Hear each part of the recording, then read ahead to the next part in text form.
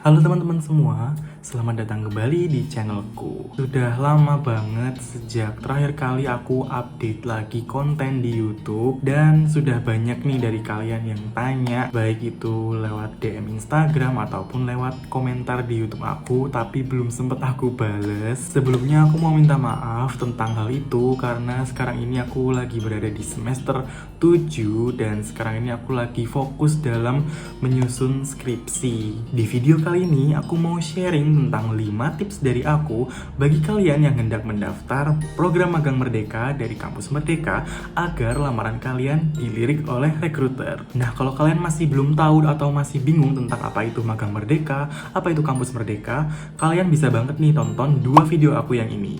Linknya juga aku taruh di description ya. Dan kebetulan banget memasuki semester 7 aku di bulan Agustus kemarin, aku diberikan kesempatan untuk mengikuti program magang Merdeka lagi. Aku diterima di BPJS Kesehatan untuk posisi manajemen fasilitas kesehatan dan aku ditempatkan di BPJS Kesehatan kantor cabang Yogyakarta. Buat kalian yang penasaran gimana caranya aku bisa diterima magang Merdeka 2 kali, simak terus video ini sampai selesai ya, karena di akhir nanti aku bakal spill nih ke kalian tentang CV yang aku gunakan untuk mendaftar program magang Merdeka ini. Nah, tapi sebelum masuk ke inti dari video ini, aku mau disclaimer dulu bahwa video ini itu murni opini dari aku.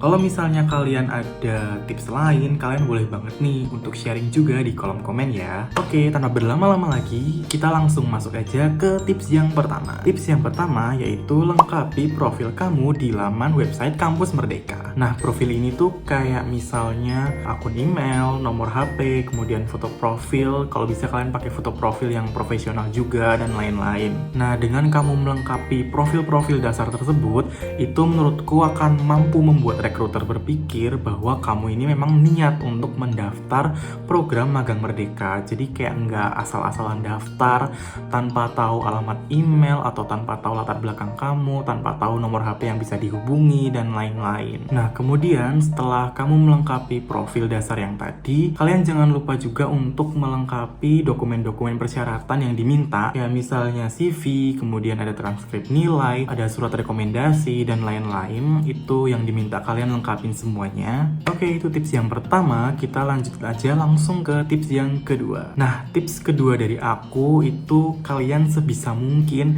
jangan mendaftar mepet di akhir periode masa pendaftaran. Nah, biasanya karena saking banyaknya peminat dari program magang Merdeka ini, perusahaan itu bisa melakukan proses rekrutmen itu bahkan ke ribuan peserta atau bahkan puluhan ribu peserta. Jadi kalian bisa bayangin nih betapa banyaknya pekerjaan yang harus dilakukan oleh rekruter, betapa melelahkannya pekerjaan rekruter yang harus melihat berapa puluh ribu berkas lamaran dari calon kandidat. Maka dari itu, menurut aku, kalian sebisa mungkin itu daftar di awal periode pendaftaran itu dibuka. Hal ini menurutku bisa membuat rekruter menjadi lebih leluasa dalam melihat keseluruhan portofolio kamu, sehingga bisa memperbesar kesempatan kamu untuk lolos di tahap awal. Itu dia tips kedua dari aku. Lanjut lagi ke tips yang ketiga. Untuk tips ketiga dari aku adalah kalau bisa kalian sesuaikan antara perusahaan dan posisi yang hendak kalian lamar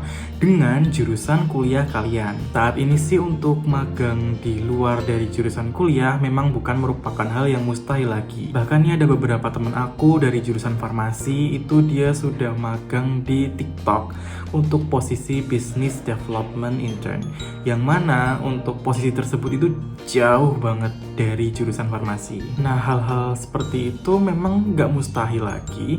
Akan tetapi menurut aku kalau misalnya kalian tuh pengen diterima, itu sebisa mungkin itu sesuaikan aja jurusan kuliah kamu dengan perusahaan atau posisi yang hendak kamu lamar. Nah, misalnya nih untuk seperti aku selama mendaftar program magang Merdeka ini, aku selalu melamar atau mendaftar di perusahaan-perusahaan yang lebih berfokus pada bidang kesehatan.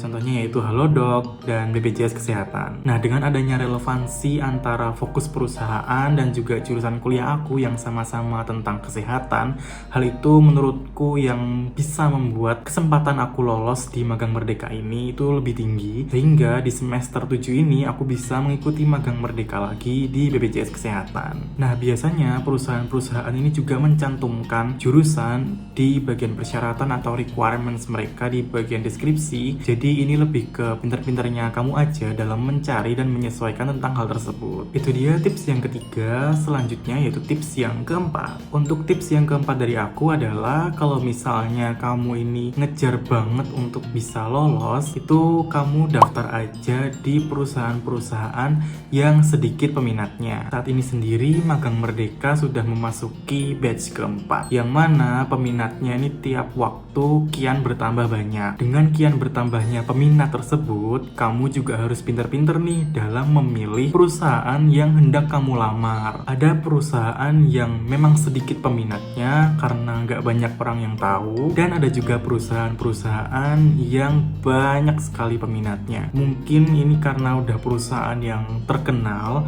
atau mungkin juga karena ada faktor lain.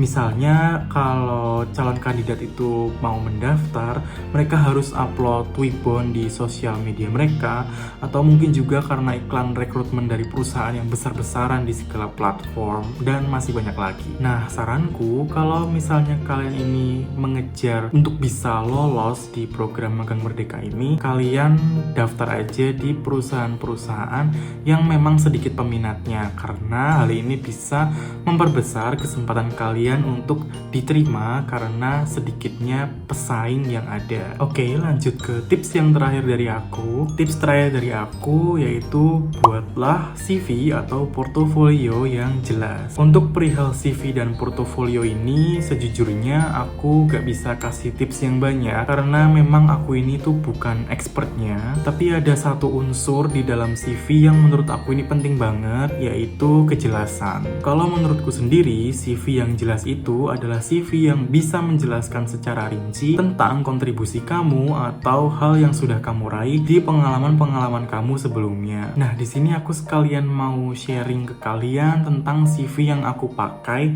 untuk mendaftar program Magang Merdeka kemarin, yang bahkan bisa meloloskan aku di perusahaan-perusahaan besar. Sebelumnya aku mau kasih disclaimer lagi bahwa ini murni opini dari aku, karena aku memang bukan expertnya juga.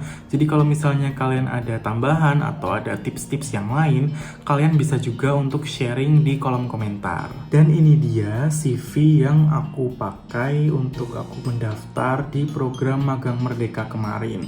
Kalau misalnya kalian pengen untuk melihat lebih detail, kalian bisa pause aja.